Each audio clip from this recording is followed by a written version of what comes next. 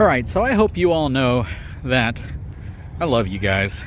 I love the viewers of my channel, subscribers, people who just happen to drop in.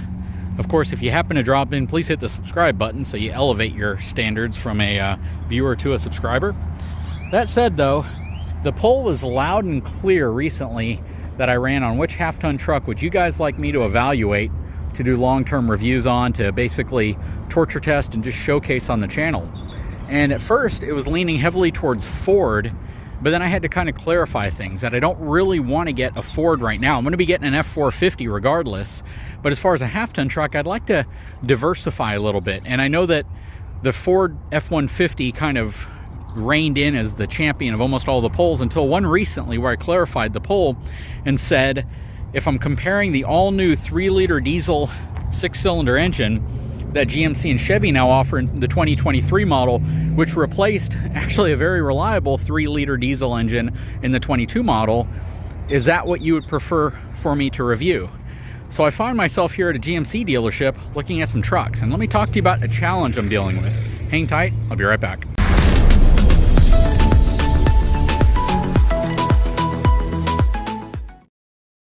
Okay, so there are some really cool trucks here. X31 off-road. There's an AT4 over here. There's some standard models all throughout. I mean, there's just about everything. There's several Denali's, but the problem is none of them have the engine that I'm looking for. None of them have the 3-liter diesel. I found a dealership who has one, but I'm trying to work with them too to see if that's a truck I should get. Everything has the 5.3-liter V8 in it. And it's been a bit of a challenge to hunt down the right truck in the right trim, because now I'm not just limiting myself to a certain engine, I'm limiting myself to the inventory that the dealerships have in stock with that engine.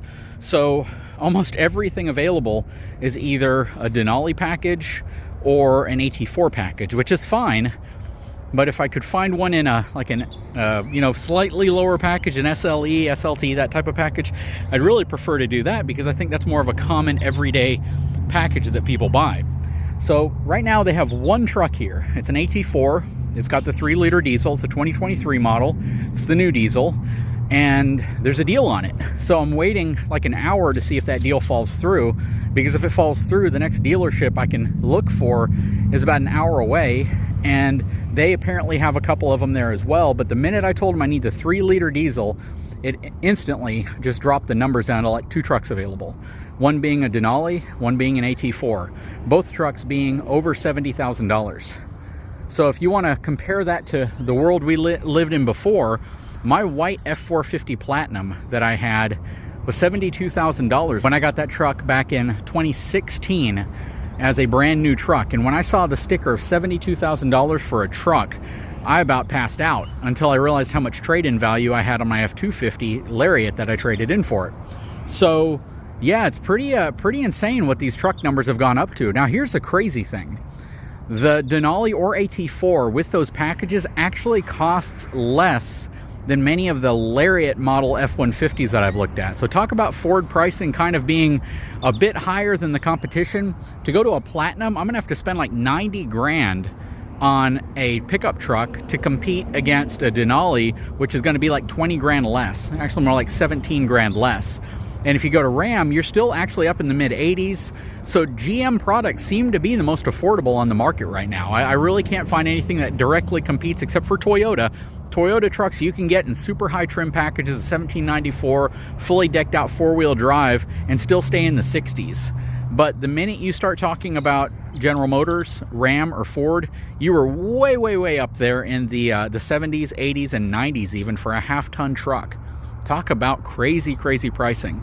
But if I can get the truck I'm looking for, I'm doing it for you all, you know, we're gonna try to make this deal happen. And hopefully I'll have a 3-liter new generation 2023 model GMC truck pretty soon. Now a lot of folks are going to say, well, why don't you just go next door to the Chevrolet dealership? Well, because I think a lot of folks have been doing Chevy content. Chevys are pretty common. I know the trucks are pretty much the same, and if for some reason there's just absolutely no way for me to get the truck I'm looking for from GMC, then I might consider a Chevy. I do prefer the look of the GMC way over the look of the Chevy. I know the side and the back are pretty much the same, but I know that the front end is definitely different enough that if I can get the GMC and the package that I'm looking for with the 3-liter Duramax 2023 model, 4-wheel drive, all that jazz, then we'll probably opt for that. My only real issue against getting an AT4 is that it's not going to have running boards. And I know a lot of folks commented on a video I did on the Ram where running boards aren't needed. A lot of people want to take them off or don't like them. I have a wife who's relatively short, and I have a small daughter who I have to lift into the truck if there are no running boards. So for us, it's very practical for us to have running boards, and I have not found an AT4 that comes standard with running boards. I'd probably have to get them installed at the dealership. But that said, you know, that's not a big problem because I could always get them installed through my my channel sponsor, etrailer.com. So that's always an option. But all these GMC trucks look absolutely amazing. I really think they've definitely surpassed anyone's expectations in terms of what a half-ton pickup truck should look like, especially when you look at a Denali. They just look a step above even these trucks, which is really awesome. And I think that's the whole point of it. But we're going to see what we can do here. If I can't find a GMC, if I can't find specifically what we're looking for, we may opt to get a Chevy, if they even have one of those in stock. It's hard to find the truck you're looking for, and if you do find the one you're looking for, it's probably not in stock, so that's the problem. Okay, so I am at the back of the GMC dealership here, right next to the Chevy dealership, because they put them directly beside each other, and I have found the truck that apparently has been spoken for, but there's a chance that it's still available. And this is it right here. Super dusty, 2023 Duramax turbo diesel AT4, 4-wheel drive of course, Sierra 1500 pickup truck. It's pretty much loaded to the gills aside from having a sunroof, which of course I'm not a big fan of.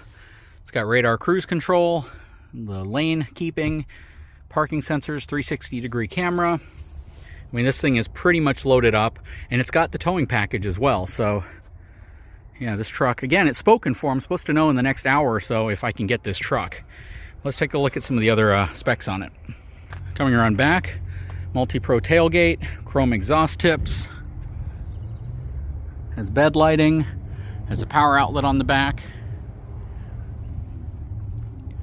Again, this is the AT4 model. Towing numbers on this truck are, it's got 8,900 pounds worth of conventional tow rating, max tongue weight 890 pounds, max tongue weight with a gooseneck 1,035, gooseneck trailer 6,900 pounds. So yeah, don't tow a gooseneck behind this thing. But that is this truck, and it has a maximum payload capacity of 1,530 pounds, which is not bad for an off-road inspired truck. So to get an AT4 with that package really isn't that bad. You can see it has the huge screen, like a 14.5-inch diagonal display up here, trailer brake controller, super important. Power seats, super important. No running boards. That is something I would have to fix very quickly. Storage back here, under the seat as well. It's kind of pitiful how little storage you have right here, where they could have easily made this much larger and longer, and you would have been able to carry a lot more stuff. So this is something that we would probably tear out pretty quickly and replace it with more storage if we got this specific truck.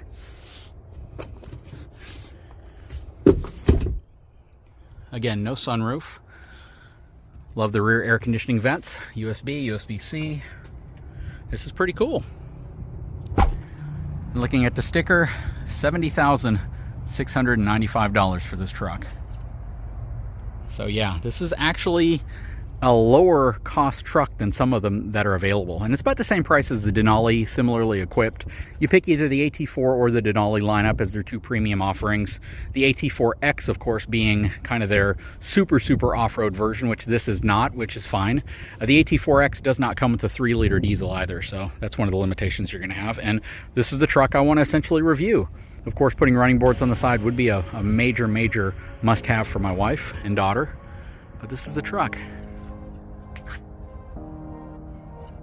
Anyways, guys, hopefully we either get this truck or a competing truck at another dealership.